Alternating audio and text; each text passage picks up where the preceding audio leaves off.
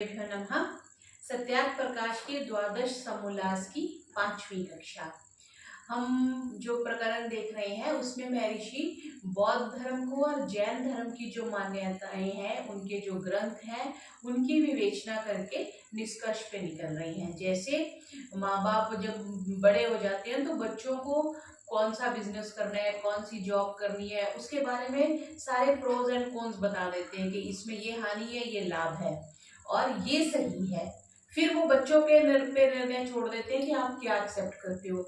वैसी ही शैली में महर्षि पूरे उनके शास्त्रों का अवलोकन करके बता रहे हैं कि यहाँ ये लिखा हुआ है, वेद में ये लिखा हुआ है, और कंपैरिजन करने का जो उनका तरीका है बहुत ही अच्छा है और बहुत ही वात्सल्यपूर्ण और कितने केयरिंग ढंग से उन्होंने लिखा है कि मेरे जो शिष्य लोग हैं या मेरे को जो मानने वाले हैं कहीं पथ भ्रष्ट ना हो जाए, उनका जीवन सफल हो जाए। बार बार उनकी यही एक रहती है कि अगर मनुष्य जीवन में आए हैं तो हम मुक्ति तक अवश्य पहुंचे। तो उस दृष्टि से पीछे कल हमने देखा था कि अगर जैसे तीर्थंकर को वो बोलते हैं कि पहले बद्ध थे, फिर वो मुक्त हो गए और फिर वो ईश्वर हो गए, तो महर्षि कह रहे हैं कि फिर वो ईश्वर नहीं हो सकते, बिकॉज इतने सारे ईश्वर हो जाएंगे तो झगड़ा हो जाएगा। परिवार में 2 भाई होते हैं, वहां झगड़ा हो जाते हैं, तो ईश्वर कोई कहेगा मैं सृष्टि में ये करूंगा, वो दूसरा कहेगा मैं ये करूंगा, तो सब अस्त व्यस्त हो जाएगा। यहाँ पे हमने छोड़ा था।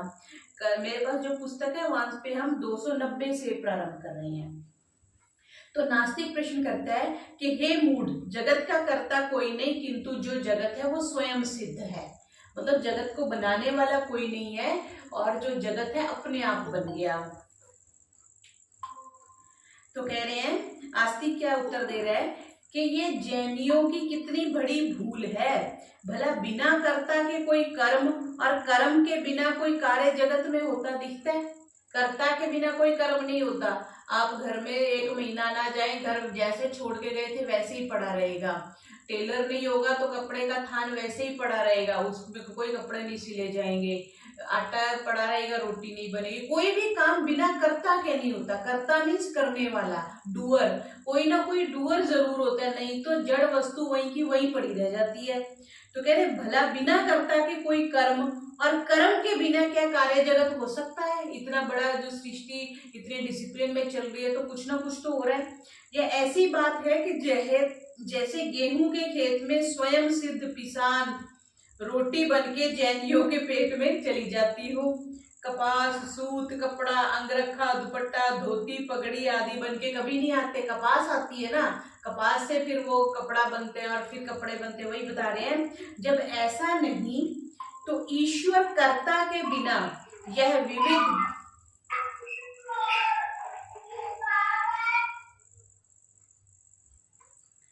तो कह रहे हैं कि जब ऐसा नहीं तो ईश्वर कर्ता के बिना यह विविध जगत और नाना प्रकार की रचना विशेष कैसे बन सकती है? जो हठ धर्म से स्वयं सिद्ध जगत को मानो तो स्वयं सिद्ध उपरोक्त वस्त्र आदिकों को कर्ता के बिना प्रत्यक्ष करके दिखलाओ। अगर तुम कहते हो कि बिना कर्ता के ये संसार बन गया, पहाड़ ऐसे बन गए, सृष्टि ऐसी बन गई, तो महर्षि कह रहे हैं कि बिना कर्ता के तुम वस्त्र आदि पैदा करके दिखाओ। लेकिन कभी कहीं लगाओ कि कोई पेड़ लगा हुआ है, उस पे कुर्ते लटक रहे हैं, कहीं पे धोतियां लटक रही हैं, कहीं पे दूसरे कपड़े लटक रहे हैं, ऐसा तो नहीं होता। धागा बनेगा, धागे से फिर आप बाकी चीजें करेंगे। ऐसे ही गेहूं उगेगा, गेहूं को फिर आप प्रोसेस करेंगे, आटा बनाएंगे, तब जाके उसकी चपाती बनेगी। तो वही करें, जब ऐसा सिद्ध नहीं कर सकते, पुनः तुम्हारे प्रमाण शून्य कथन को कौन बुद्धिमान मान सकता है? इसलिए जो जगत है वो स्वयं सिद्ध नहीं है, इसको बनाने वाला सर्वशक्तिमान सर्वव्यापक ईश्वर है। फिर नास्तिक कहते हैं कि ईश्वर विरक्त है या मोहित? जो विरक्त है तो जगत के प्रपंच में क्यों पड़ा, और जो मोहित है तो जगत के बनाने को समर्थ नहीं हो सकेगा। अगर वैरागी है तो उसको जगत बनाने की क्या जरूरत थी, और अगर इस पे मोहित हुआ है तो फिर वो जगत को बनाने में समर्थ नहीं हो सकता, क्योंकि मोह से वश जो बंदा व्यक्ति होता है वो तो कुछ विशेष कर नहीं सकता। तो उत्तर दे रहे हैं कि परमेश्वर में वैराग्य और मोह कभी नहीं घटता। वैराग्य और मोह तो हम लोगों में घटता है, जब हम किसी चीज से अटैच होते हैं फिर डिटैच होते हैं तो वैराग्य होता है। तो क्योंकि जो सर्वव्यापक है वो किसको छोड़े और किसको ग्रहण करे? हम तो एक शहर छोड़ के दूसरे शहर चले जाते हैं, तब हमने एक शहर छोड़ा तब हम दूसरे शहर में गए। लड़की ने मायका छोड़ा फिर वो ससुराल में गई, मतलब एक छोड़ते हैं तब हम दूसरा ग्रहण करते हैं क्योंकि हम एक देशी है। परमात्मा, अब सपोज परमात्मा को एक सेकंड के लिए लड़की की तरह समझे तो वो मायके में भी और ससुराल में भी है, तो वो किसको छोड़ेगा और कहाँ जाएगा। ऐसे महर्षि सिद्ध कर रहे हैं कि जो सर्वव्यापक है वह किसको छोड़े और किसको ग्रहण करे। ईश्वर से उत्तम व उसको अप्राप्त कोई पदार्थ नहीं है, इसलिए वह किसी के भी मोह में नहीं रहता। उसके लिए कुछ भी अप्राप्त नहीं है। हम किसके मोह में होते हैं? जो अप्राप्त होता है। बच्चा दूर चला गया तो बच्चे के बारे में विचार करते हैं, उसके बारे में सोचते हैं, तो उसके बारे में मोह है, ठीक है, क्योंकि वो पास में नहीं है। वैराग्य और मोह का होना जीव में घटता है, ईश्वर में नहीं घटता।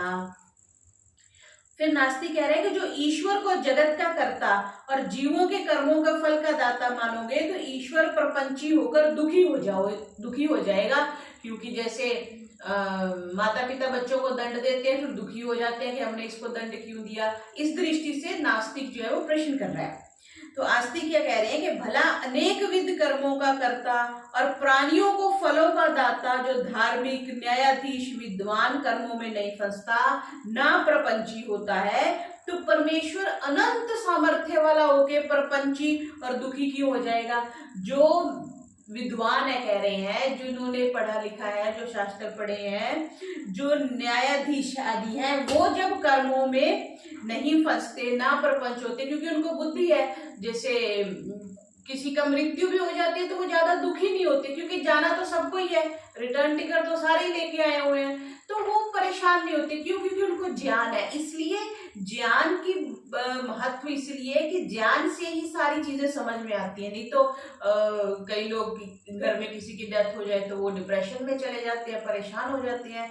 तो लेकिन जब ज्ञान होता है, हमें समझ होता है कि हम भी जाने वाले, ये चला गया कोई बात नहीं, तो फिर वो समझ आती है। वही बात कह रहे हैं कि जब थोड़े से ज्ञान वाला व्यक्ति प्रपंच में नहीं फंसता, दुखी नहीं होता, तो परमात्मा कैसे हो जाएगा? उसके पास तो अनंत सामर्थ्य है और वो दुखी क्यों होगा। हाँ, तुम अपने और अपने तीर्थकरों के समान परमेश्वर को भी अगर अपने ज्ञान से समझते हो तो ये तुम्हारी अविद्या की लीला है। जो अविद्या आदि दोषों से छूटना चाहो तो वेद आदि सत्य शास्त्रों का आश्रय लो। क्यों भरम में पड़े पड़े ठोकरें खाते हो? क्योंकि बाकी जगह तो हमने भी देख लिया, अब भी सत्यार्थ प्रकाश में महर्षि तो बहुत बारीकी से विवेचना कर रहे हैं। कई मत संप्रदायों में जाके मैंने व्यक्तिगत स्तर पे भी देखा कि उलझन उलझती चली जाती है। जैसे किसी एक में पड़ गए ना तो फिर उसको आगे आगे उलझता चला जाता है, कहानी सुलझती नहीं है।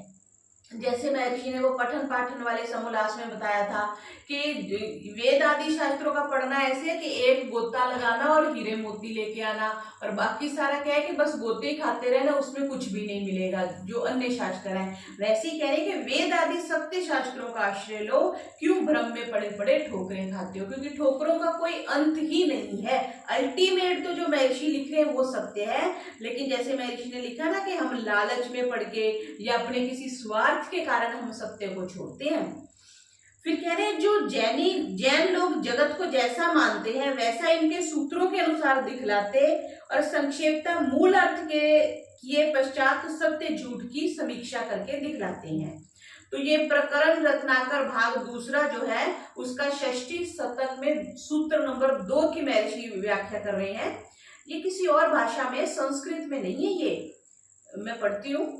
सामी अनाई अनंते चौगई संसार घोर कांतारे मोहाई कम गुरठीरी विवाग वसो भमई जीवो।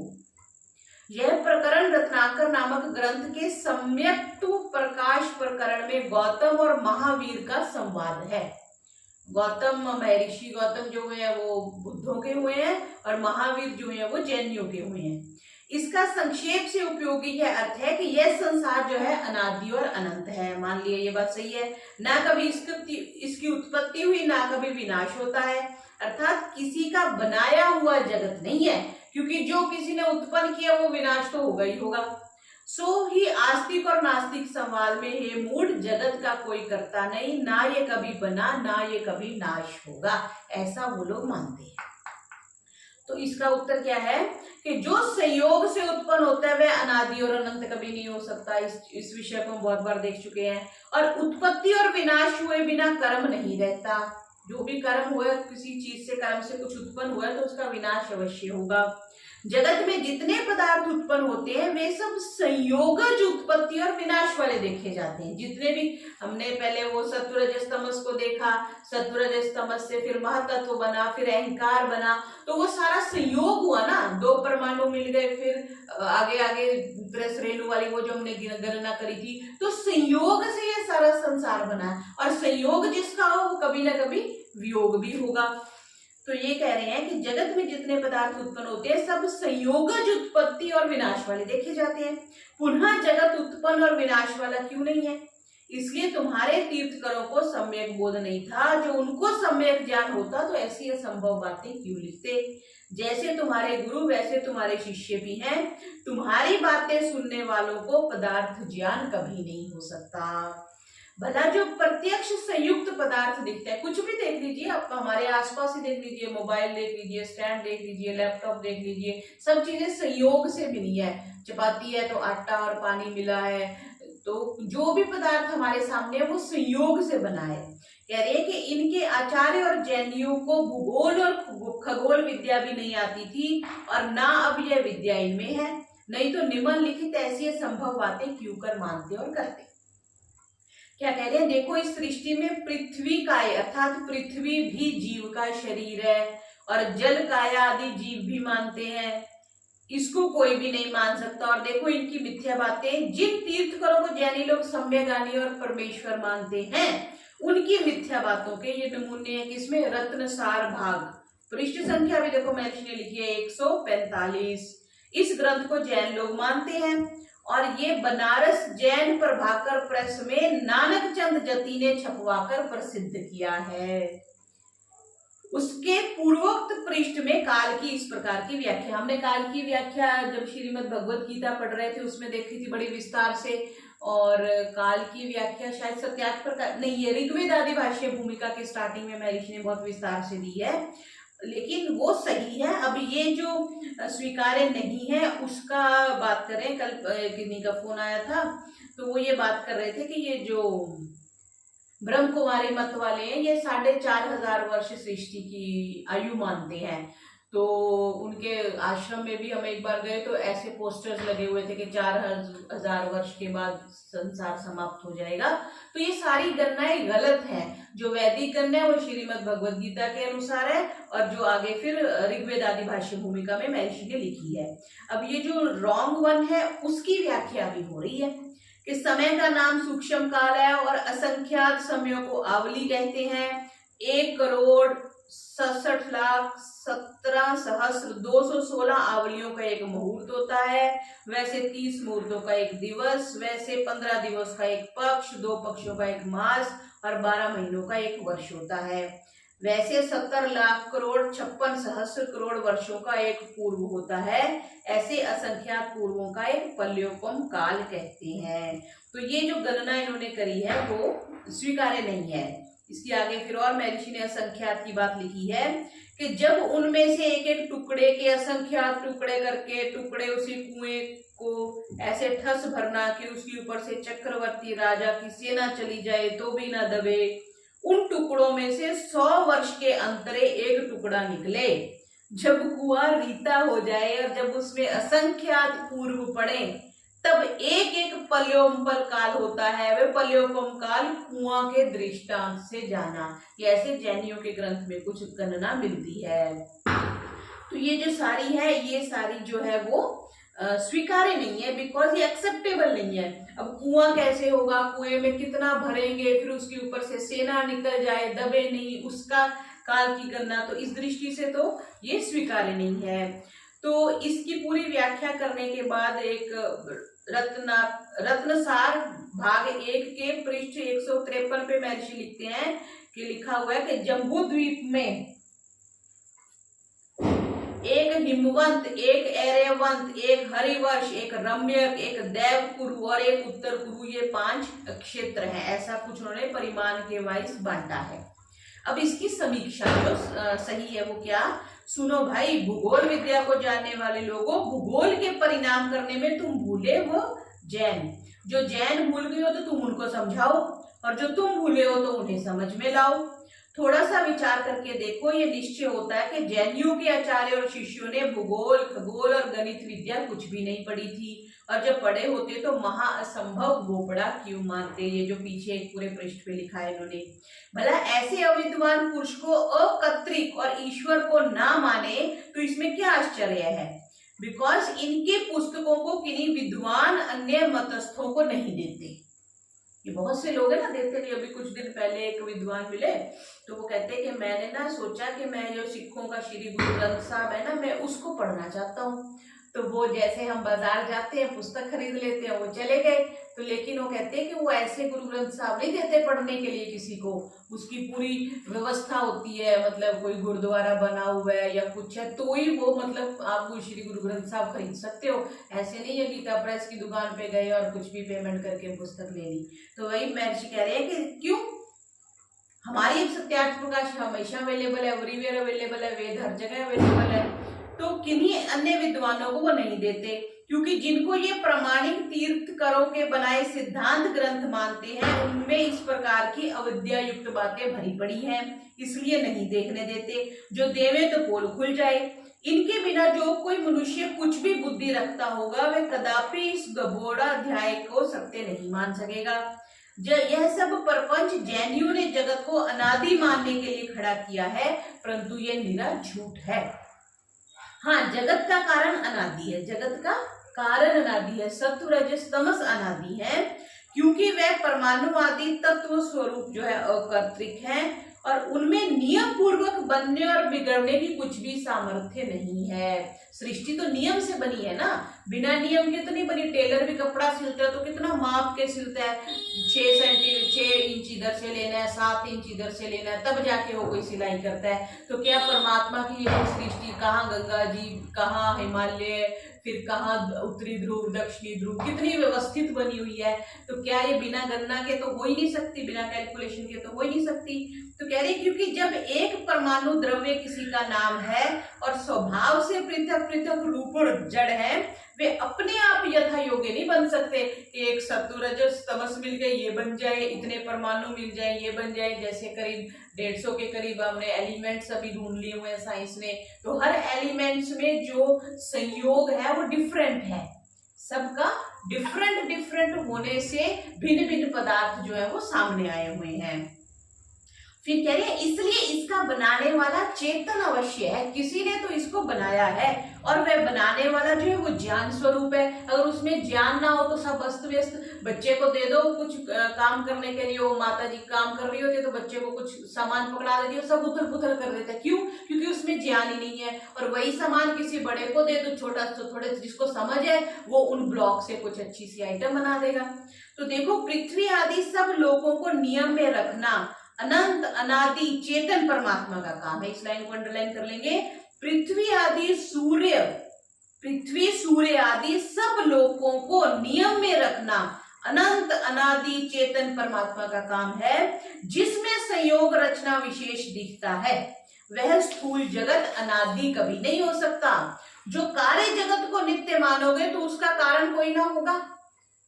कार्य जगत जो हमें दिख रहा है, दुनिया दिख रही है, अगर इसको हम अनादि मानेंगे, इसका कोई कारण कोई तो होगा, किंतु वह कार्य कारण रूप हो जाएगा।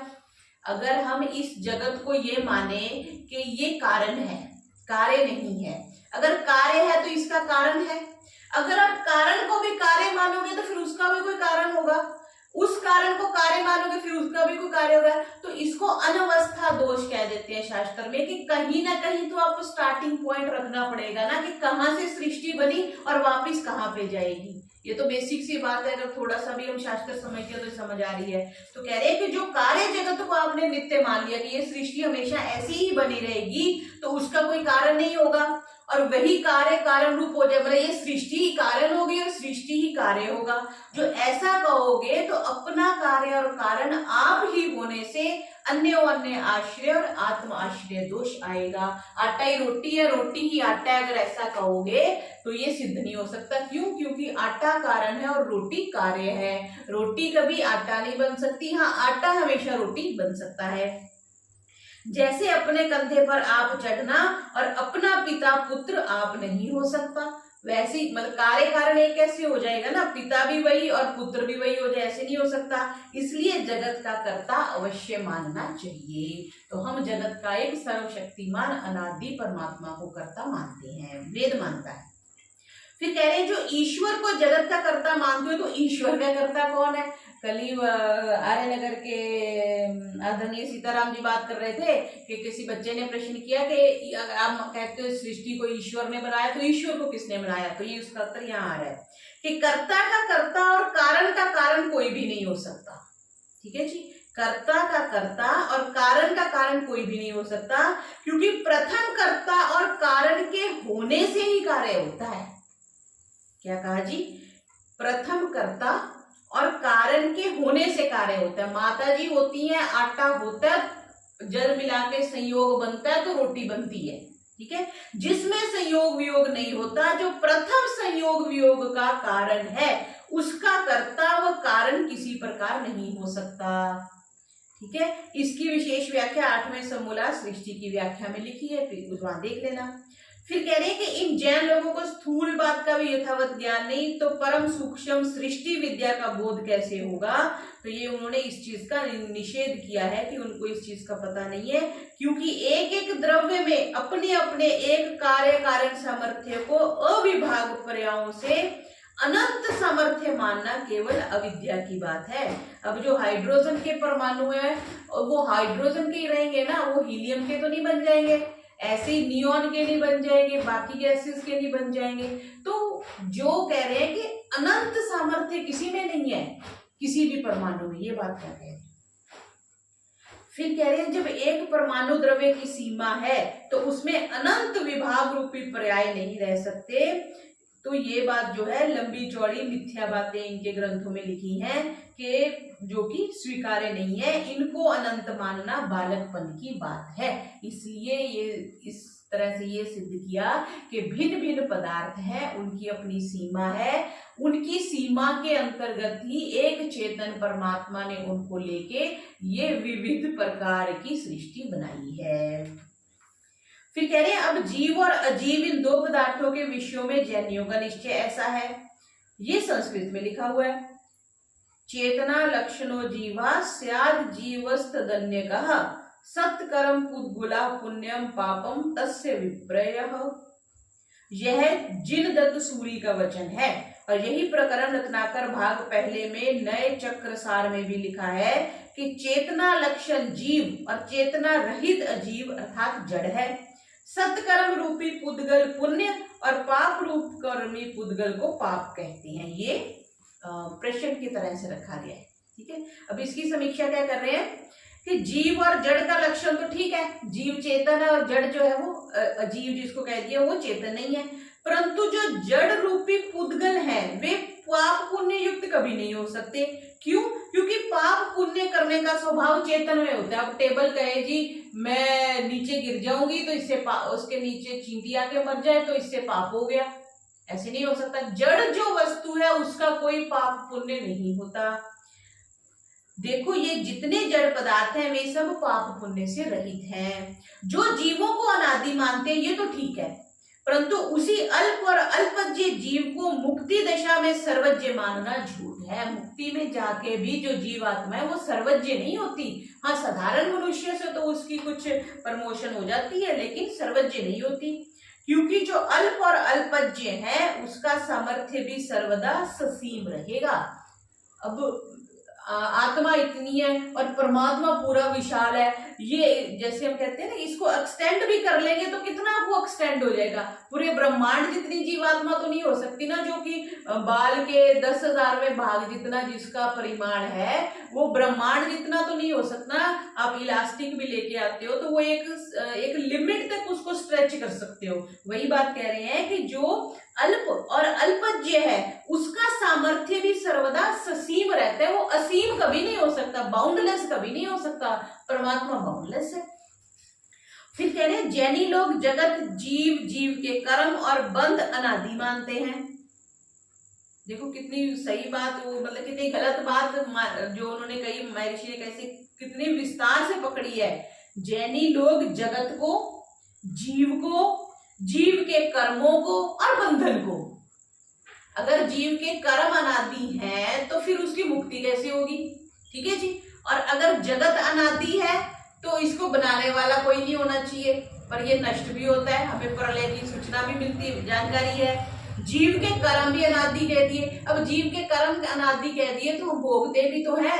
हम 50 साल के हो गए तो 50 साल हमने कर्म भोगे भी तो है, उनका नाश भी तो हुआ भोगने से। ठीक है। और बंध को भी अनादि मान दिया। अगर बंध अनादि है तो हमारी मुक्ति कैसे होगी? हमने रस्सी से किसी चीज को बांध दिया, को जी ये पैदा ही बंद हुई थी और ये अनादि काल तक, अंत काल तक बंदी रहेगी, तो फिर तो मुक्ति का कंसेप्ट ही खत्म हो गया। तो महर्षि कह रहे हैं यहाँ भी जैनियों के तीर्थकर भूल कर गए। क्यों? क्योंकि संयुक्त जगत का कार्य कारण, प्रवाह से कार्य और जीव के कर्म बंधन कभी भी अनादि नहीं हो सकते। जब ऐसा मानते हो तो कर्म और बंधन का छूटना ही नहीं होगा। ठीक है जी। क्योंकि जो अनादि पदार्थ है वह कभी नहीं छूट सकता।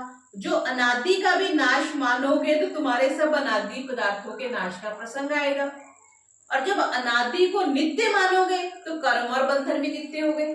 ठीक है जी। अगर तो अनादि आपने कह दिया, जीव जगत कर्म सब अनादि है, मतलब उनका कभी स्टार्टिंग नहीं हुई। स्टार्टिंग नहीं हुई तो मुक्ति का कंसेप्ट खत्म हो गया, कर्म भोग का कंसेप्ट खत्म हो गया। और अगर तुम कह रहे हो अनादि है और उनका नाश भी कभी नहीं होगा, ठीक है जी। और अगर दूसरी बात महर्षि कह रहे हैं कि अगर तुम नाश मानते हो, अनादि का तुम नाश मानते हो, तो फिर तो सारी चीजों का ही नाश हो गया। जीव का भी नाश हो गया, जगत का भी नाश हो गया, कर्म का भी नाश हो गया, कर्म के बंधन का भी नाश हो गया। देखो कैसे महर्षि ने पकड़ा, दोनों तरफ से पकड़ लिया उनको। और जब अनादि को नित्य मानोगे तो कर्म और बंधन भी नित्य हो जाएंगे, तो कर्म कभी कटेंगे ही नहीं, अब मुक्ति में जा ही नहीं सकते। बंधन भी नित्य हो गया तो फिर छूटना क्या? जब बंधन नित्य मीन्स हमेशा ही बंधन रहना है, तो बस फिर रोते रहो, पड़े रहो जीवन में। फिर कह रहे हो जब सब कर्मों के नाश का प्रसंग होगा और जब अनादि को नित्य मानोगे तो कर्म और बंधन भी नित्य हो गए। जो भी बात मैंने कही, सब कर्मों के छूटने से मुक्ति मानते हो तो सब कर्मों को छूटना रूप मुक्ति का निमित्त हुआ, तब नैमित्तिक मुक्ति होगी, सदा नहीं रह सकेगी। कर्म कर्ता का नित्य संबंध होने से कर्म कभी नहीं छूटेंगे। कर्म का कर्ता के साथ नित्य संबंध है। हम हैं तो हमेशा कुछ ना कुछ कर्म करते रहते हैं, हमारे कर्ता के होने से ही कर्म होता है। जिसको आप क्या कहते हो, आप जब ट्रांसलेशन करते हो ना तो क्या होता है, ही रीड्स द बुक। ही होगा तो वो रीड करेगा, अगर सब्जेक्ट नहीं है तो वो कुछ कार्य, कुछ एक्शन नहीं होगा, कुछ क्रिया नहीं होगी, कोई वर्ब नहीं आप लगा सकते। आप ये नहीं कह सकते वॉल रीड्स द बुक, वहां पे कर्ता होना चाहिए, अलाइव होना चाहिए, जिंदा होना चाहिए। He reads the book, he writes in the copy, he goes there, he comes here. तो ही होना चाहिए, कर्ता होना चाहिए, तभी क्रिया होएगी। ठीक है। तो पुनः जब तुमने अपनी मुक्ति और तीर्थकरों की मुक्ति नित्य मानी है, सो भी नहीं बन सकेगी। तो कुछ भी नित्य नहीं है।